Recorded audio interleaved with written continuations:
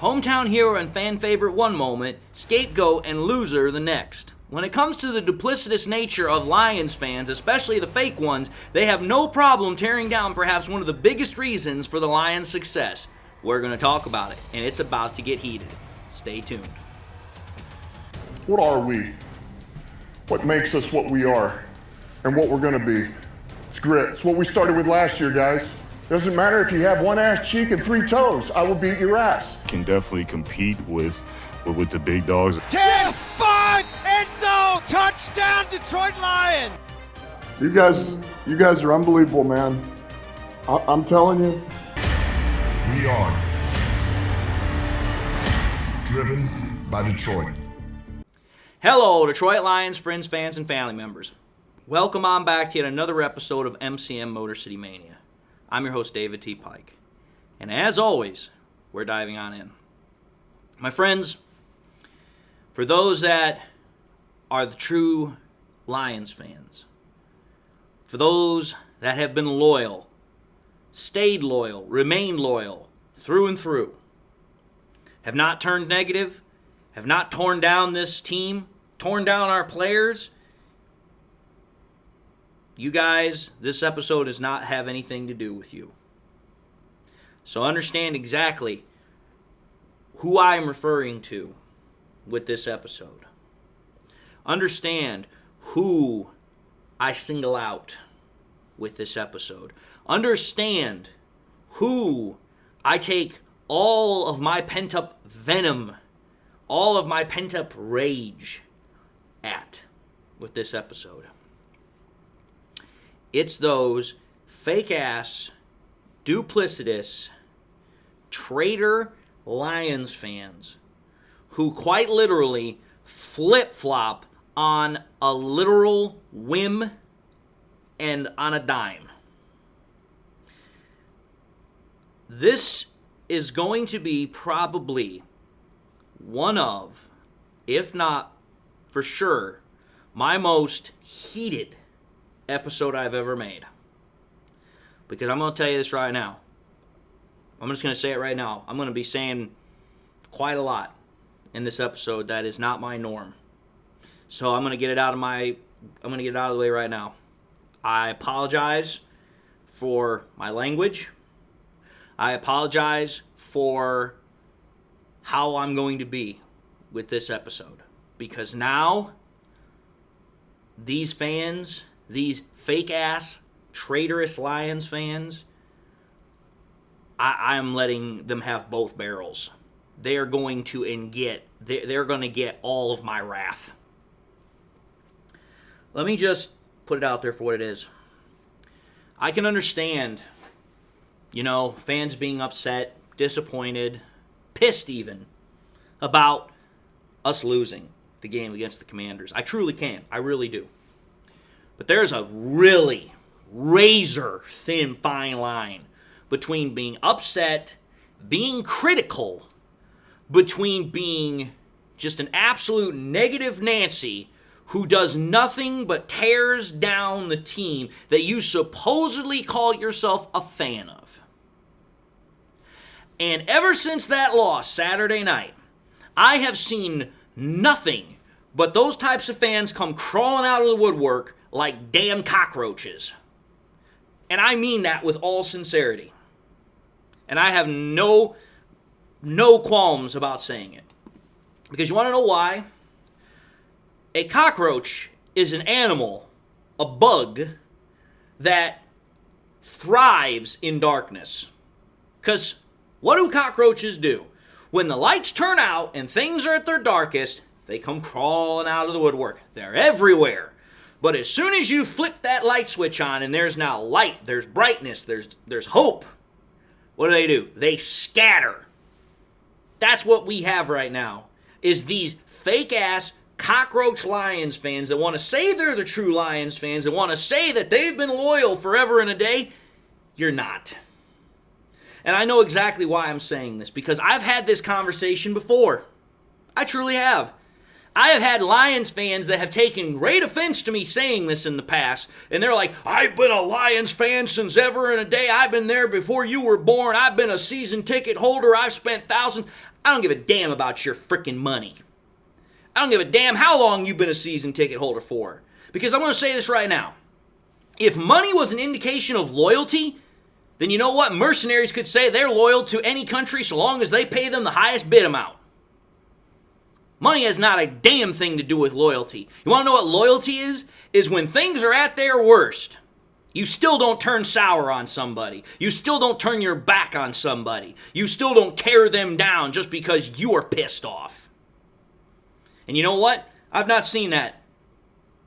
I've seen more of what I'm saying right now these Lions fans, these fake-ass Lions fans have been doing than virtually anything else over the last 48 hours. And the worst part is they're doing it not just to the team, but they are really taking it out on Jared Goff. And it is the absolute biggest piece of horse shit in the world.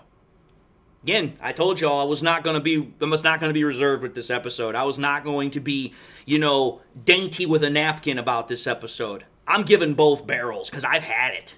I have literally had it up to here with the liars that are these SOL fans that want to say that they supposedly have the right to be this kind of way. You don't have a right to anything but pay taxes and die, just the same as I do. Tell me I'm wrong. Because you want to know why? I don't have a right to be an asshole.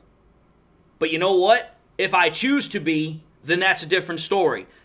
And in this episode, I'm choosing to be to the ones that want to be assholes to our players, that want to be assholes to our team. Because I've had it. This team has literally given so much back to this community. And yet, because of one game, you have fans out there now that want to freaking tear them down. They want to disown and say Jared Goff is exactly what they thought he was. A bridge quarterback. He's a mid quarterback. He's not good. I'm sorry. But for once in your life, I'm just going to say this. Shut the hell up. You don't know a damn thing about football, and you are quite frankly talking out your back door as if it was open for business and has been since day one. Because let me put it out here for you. Let's go back to the beginning of this. Being a history major, I keep track of crap. I really do. I keep track of receipts. Go back to 2021. We inherited the team that we have right now from the probable most worst managing unit in Quinn Trisha that has ever been in charge of this team. They literally ran this team into the ground. And we get it in the state that it was and hand the reins off to freaking Dan Campbell, pardon me, man, I'm so mad I can't even speak straight. We hand it off to Dan Campbell and Brad Holmes, and then we trade for Jared Goff, who probably as a quarterback, as a human being, got traded under the most absolutely disastrous of circumstances you could imagine. He gets told by his former team that he's trash, they don't want him, they don't believe in him, and they're just done with him. In essence, they fired him. And then what happens, he comes to a community where there are very few people, like myself, who actually express hope and optimism at his arrival, whereas I would say 90 to 95% of everybody else, they are booing his ass, they are freaking calling for him to be replaced almost as soon as his ass gets off of the damn airplane. 97.1 The Ticket, Woodward Heavyweights, Woodward Sports. I remember all you freaking fake ones. All you wanted to do was say Jared Goff, he's a bridge quarterback. There's a reason McVay got rid of him. He's got no upside. He's got no growth. The Lions are going to get rid of him as soon as they can. Man, I got something to tell y'all. Here we are 4 years later, and you couldn't have been more wrong if it literally had been a football hitting you square between the eyes. Because that is about how much football IQ some of you have, is if you had only gotten hit with a football in between the eyes and say, I know football, because a football hit you square in the head. That is literally where my venom is at. Because let's understand something here. This team being in the state that it was, when Goff came in, hired Campbell, hired Holmes, we went 3-13-1. Started that way. Then the very next year, we started 1-6. So the Campbell-Holmes era had started 4-19-1. Absolutely not good. And you know what? That was when those types of fans, they were all over the place. You couldn't literally swing a dead cat by a tail and throw it without hitting one. But you know what's funny? This is how I know that Campbell, Holmes, Goff, all of those guys that were part of the original core group that are still there, they're the ones that have gotten something for us. They're the ones that are going to get that Super Bowl for us. And I am more confident than ever that it's going to happen. You want to know why? Because when things were at their worst, when they could have literally packed their bags and just literally said, I give up, I quit, I'm not getting any sort of appreciation or gratitude from this fan base that I am literally busting my ass, doing everything I can, sweating and giving up blood and tears trying to do something for, what did they do? Rather than giving up and, taking everything they had and just quitting, they dug in even deeper. They went even harder about their opportunities to get wins. And what has happened since then? Oh, that's right. We've gone from 4-19-1 to start the Campbell regime with Holmes and Goff to now we are tied for the most wins since that time frame with the Kansas City Chiefs. 3-time Super Bowl winners. Been to 7 conference championship games in a row. And yet you have these fake-ass supposed Lions fans that want to say, I've been a season ticket holder since forever. Shut your ass up and sit it down. You are about as sincere and truthful as a politician, and there ain't one of them to live. That's how much I value your input. That's how much I think of your supposed loyalty to this team. There is none. Because when all you want is what you want and you can't stand by the team when it's been at its absolute worst and not fail to criticize and not also fail to tear it down, that's what I think of your loyalty. Again, there is a fine line between criticism and just being absolutely negative. And for those that I'm talking about, you ain't learned it. Because for you, negativity and criticism go hand in hand. The difference between criticism and negativity is to say, hey, I can take a look at a situation and say, you know what, that wasn't good. But I'm still not going to tear down the team. I'm just going to say, you know what, that could have been better. But you know what, it is what it is. We move forward. We stay together. We're locked together. We are one unit. Rather than saying, you know what, this team sucks. They're always going to suck. They've sucked since the beginning. It's nothing but a curse. Fire the entire group. If you want to call that criticism, then you, my friend, don't understand the nature of the human language. Not even the English language, the human language. But here's the thing about with the whole nature with Goff that pisses me off more than anything.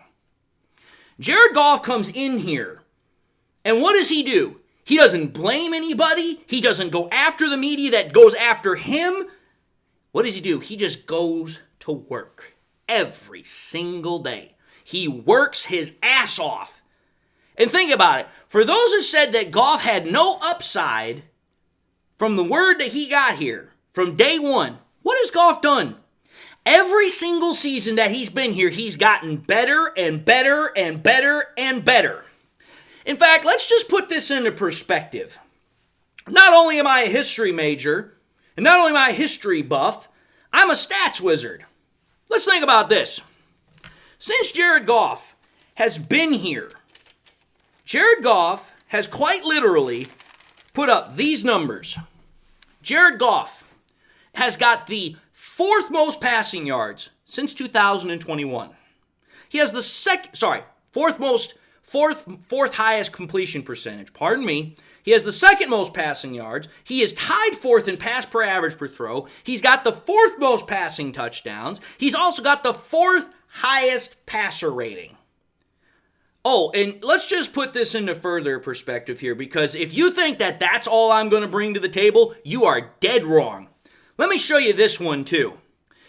If you take a look at Jared Goff's touchdown percentage to interception percentage of 5.2 touchdown percentage to 1.8 interception percentage, his 5.2 touchdown percentage over those 4 years, that's the 9th highest out of all quarterbacks in that time frame. Oh, and that 1.8 interception percentage, that's tied for 4th lowest. His, touchdown to interception differential, which is you subtract the interception percentage from the touchdown percentage, is at a 3.4%. That is the 6th highest in that time frame. You want to know how I know that? Because who are the 5 quarterbacks that have got a higher touchdown interception percentage differential than him? Lamar Jackson, Joe Burrow, Aaron Rodgers, Brock Purdy, and Dak Prescott. Wait a minute here. Let me think about this for a second. There's something interesting about those guys. Oh, that's right. Joe Burrow's been paid. Lamar Jackson's been paid. Dak Prescott's been paid. Brock Purdy's about to get paid. So all these guys are pretty high-paid quarterbacks. But yet, let me also put this out there for you. Burrow has been to a Super Bowl and lost. Purdy has been to a Super Bowl and lost. In fact, the only quarterback on that list of the other 5 that are in front of Jared Goff that has been to a Super Bowl and won one is Rodgers. And oh, by the way, when did Rodgers win that damn Super Bowl? That's right. That was back in 2010? So not even in the same conversation piece of 2021 onward. That was literally a decade prior to that. So in the time frame of what we're talking about here, only 2 quarterbacks have been to a Super Bowl, as well as, Jared Goff in this time frame that we're talking about here. That's Burrow and Purdy. And just like Goff did in 2018, what happened to them? Oh, that's right, they lost their Super Bowl. But here's the thing. Goff has been to a Super Bowl and lost, just like Burrow and Purdy have been to a Super Bowl and lost. Rodgers is the only one that actually has been to a Super Bowl and won one. But what about Lamar Jackson, supposed MVP candidate, 3 whatever? Oh, that's right. He hasn't even won a damn conference championship game. And Dak Prescott, his ass hasn't even won a divisional round. I rest my case. Because here's another little tidbit. Remember that 4th highest passer rating I was talking about with Goff, that 102 passer rating? Here's the funny part. Since 2021, there are only 4 quarterbacks. 4, count them, 4 quarterbacks that have a 100-plus passer rating in that time frame. Wait a minute here. If Goff is ranked 4th, that means he's one of the 4. Well, hot diggity dog. Who are the other 3 assholes? Oh, that'd be right. Patrick Mahomes, Jackson, and Burrow. So wait a minute here. Not only has Jared Goff since 2021 posted top 5 numbers in completion percentage, passing yards, pass average per throw, passing touchdowns, and passer rating, he's also posted the 4th lowest interception percentage of throws. He's posted the 9th highest passing touchdown percentage of throws, the 6th highest pass touchdown to interception percentage differential. But yet somehow you have these SOL Goff haters, supposedly the true Lions fans, want to say that Goff is a mid quarterback, that he is inconsistent. You want to know what I got to say that? You can kiss my butt. That is nothing but bullshit. And you want to know why it is? Because let me ask you this question. What did Jared Goff do this year? Oh, that's right. Let's take a look at Jared Goff's production this year. For those that want to say Jared Goff is inconsistent. Let's take a look at this one for you. Jared Goff this year had the second highest completion percentage in the NFL, the second most passing yards, the second highest completion average per throw, the 4th highest amount of passing touchdowns, the 2nd highest passer rating, and the 6th best QBR. My God, for an inconsistent quarterback, I'm seeing a lot of 2 there. So, in essence, Jared Goff, in 4 out of the 6 categories I mentioned, was the not bottom-ranked quarterback, not even the mid-ranked quarterback, the 2nd-ranked quarterback. Oh! And just to go a little bit further here for all you idiots that want to think you know football, that are the cockroach Lions fans that want to say this, that, and the other thing. Let me put this out here for you. You want to know what Goff's 72.4 completion percentage was this year, other than the fact it was the second highest in the NFL for this season? His 72.4 completion percentage was the fourth highest in NFL history. Fourth highest. But yeah, he's inconsistent. Yeah, he's a trash quarterback. Let me put this out there. As how, what was his name? Used to watch him on television all the time when I was in high school. The lie detector determined that was a lie. Oh, wait a minute here. Goff's 72.4 completion percentage, not only is it the fourth highest in NFL history, but Jared Goff is only one of 24 quarterbacks all time to ever post a 70-plus completion percentage rate. Inconsistent? The lie detector determined that was a lie. Oh, wait a minute here. Jared Goff's 111.8 passer rating, second best in the NFL this year? Jared Goff is the 23rd highest quarterback of all time to have posted a passer rating that high. In NFL history, lie detector determined that Jared Goff being inconsistent, that was a lie. Oh, to add further onto that, Jared Goff's 111.8 passer rating. Jared Goff is only one of 29 quarterbacks in all of NFL history that have posted a 110-plus passer rating ever. And Jared Goff is the only Lions quarterback to ever do it. So wait a minute. What have I said? Lie detector determined that was a lie. Oh, and just to further add on to this, Jared Goff is one of only two Lions quarterbacks to ever post a perfect passer rating of 158.3. And you want to know what the funny part is? How many quarterbacks have actually done it in the entirety of NFL history? You want to know how many quarterbacks in the entirety of the regular season, in the entirety of NFL history, have ever posted a perfect passer rating? I'll tell you right now, 81. Think about it, folks. There are 260 damn regular season games played every year. So think about this. If you were to take a look at every quarterback that's played in one season, that would mean, quite literally, only about, 80, 160, 240. So that would mean only if you were to put every single quarterback that has put a 158.3 pass rating up in the entirety of NFL history, you would only be able to fill a third of one season worth of games. And Goff is one of only to do it. One of 81 total, and one of only two Lions quarterbacks to do it. And you want to know how far that stat goes back of 158.3? It goes all the way back to 1948. 1948! We're talking about literally 3 years after World War II. So, to wrap up this episode, for all of you fake-ass, traitorous, cockroach, lying, supposed true Lions fans who want to wave that you're a season ticket holder, that you've been there since the beginning, and you want to say all this about the team, about how we should fire Campbell, we should trade Goff, we should do this, we should do that, because of the playoff loss against the Commanders. I'm going to tell you this right now. Just from me personally, but I'd be willing to bet there's quite a lot of Lions fans that also feel this way. We disown you, we revile you, and we especially want nothing to do with you. You are the cancer that has made the Lions into what they are.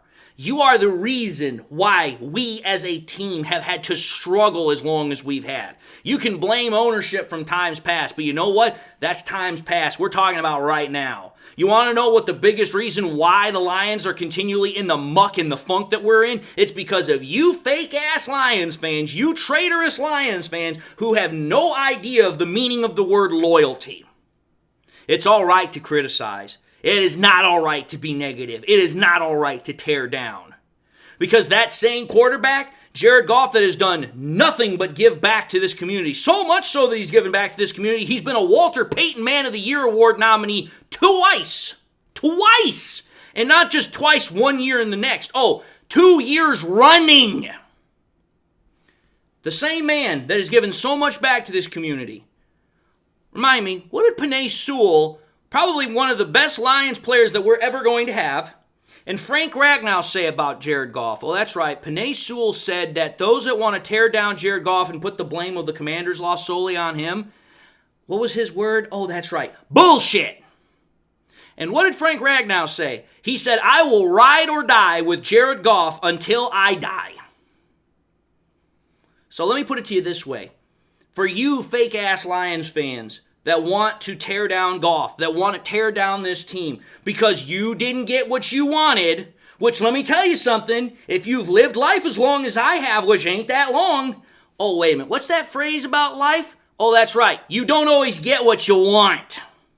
Life is meant to be hard. It's meant to have its ups and downs. Well, you know what? We had a lot of ups this year. We just hit our down moment. Doesn't mean you get to turn negative Nancy and try to tear everything that's been good about this year in one literal weekend. So, to you traitorous, duplicitous, cockroach Lions fans, I say I have nothing but absolute just venom for your nature, for trying to tear down a quarterback that has been more successful than any other quarterback since Bobby Lane. Stafford was not successful here like Goff has been. No quarterback has been as successful as Goff has been here since Bobby Lane. And yet for all the success, for all of the joy that Goff has brought to this team, you want him gone after one bad playoff game. Shame on you, you miserable ingrates. So to those that thought I was meaning all Lions fans, I'm not. I'm talking to those who have nothing but just an empty space where their heart should be when it comes to understanding the difference between loyalty and simply saying, I bought my player's card. I bought my ability to say something. I have not bought one Lions ticket in my life, but I will tell you this. I would much rather watch my team go 0-16 every year than be the miserable type of Lions fan, supposedly, that these ones are. Because that's how much I love my Lions. I don't give a damn what the result is. I love my Lions. I love the players that play for this team and support the community. It's not about whether or not we win. Do I want to win? Absolutely. But you want to know what I care more about? Is the fact that we have good humanity rather than, we just get whatever we want. That's the difference. Loyalty is sticking with somebody or something regardless of what result you get. That's not what these supposed Lions fans are. They're not loyal. They are literally opportunists. They will say what means the most to them at the opportunity given. That's not loyalty. That is somebody who plays to the highest bidder.